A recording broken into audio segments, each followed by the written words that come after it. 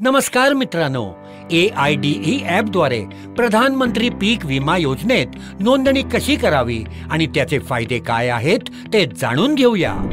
आता बँक आणि CSC केंद्रांसोबतच प्रधानमंत्री पीक विमा योजनेत नोंदणी करण्यासाठी शेतकऱ्यांना इंटरमिजिएट चॅनलच्या माध्यमातूनच ॲपची सुविधाही दिली जात आहे। आता विमा एजंट AIDE ॲपद्वारे शेतकऱ्यांची नोंदणी करू शकतात। ही एक डिजिटल क्रांती आहे जी शेतकऱ्यांसाठी सुविधा देते। AIDE ॲप भारत सरकार कृषी आणि शेतकरी कल्याण मंत्रालयाने विकसित केले आहे। शेतकऱ्यांची त्यांच्या घरी किंवा सोयीच्या ठिकाणी नोंदणी करणे हा त्याचा उद्देश आहे। AIDE ॲप PMFBY नोंदणीच्या सर्व बाबींचा समावेश करते, जसे की शेतकरी आणि त्याच्या पिकाचा तपशील, दस्तऐवज अपलोड करणे, प्रीमियम भरणे आणि पावती आणि पॉलिसी डाउनलोड करणे।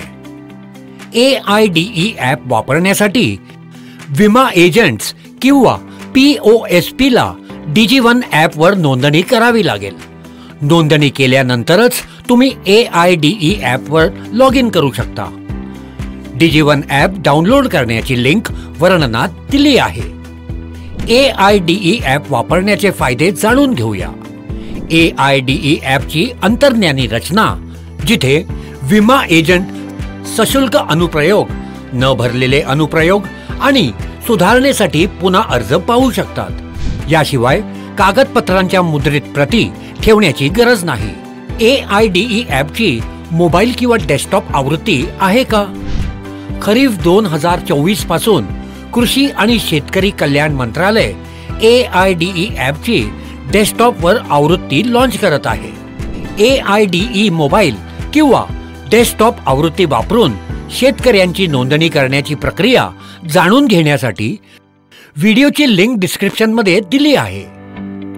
आणि हो, Google Play Store वरून AIDE ॲप डाउनलोड करायला विसरू नका। लिंक डिस्क्रिप्शनमध्ये आहे।